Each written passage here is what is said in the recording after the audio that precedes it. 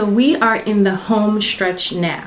In this lesson, we are going to be putting our finishing touches on our final project dress. We're going to be streamlining everything, neatening our seams, and putting those final finishing touches on those garments, and also just adding a couple of extra things that you'll be able to carry over into some of your garments that you'll be making in the future, as you have with the rest of the skills that you've learned in this course so far. So let's get started. I'm just going to sort of like walk you through the process of now beginning to take your muslin mock-up and transfer it over to your final fabric.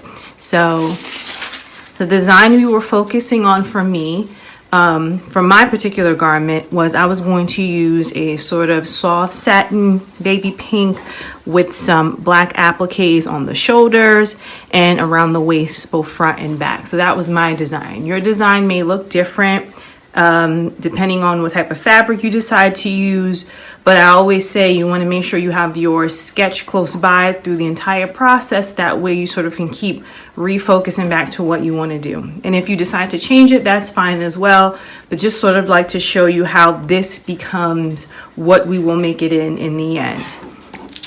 So that's my sketch. The fabrics I chose was this beautiful black lace fabric. We call it Alencon lace. And like we talked about in our textiles, how to remove this particular lace from the fabric and make it single pieces. We use that soldering iron to create these individual pieces. So I took a couple of these from this particular fabric so that I knew what I was going to do with that. I also chose this satin fabric. It's very soft, lightweight, flowy.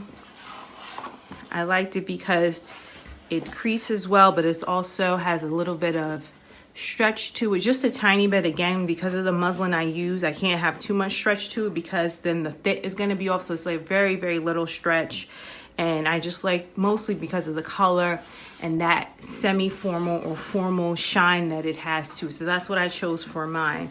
Again, if you're a beginner, you want to stick with the fabric as close to your muslin as possible.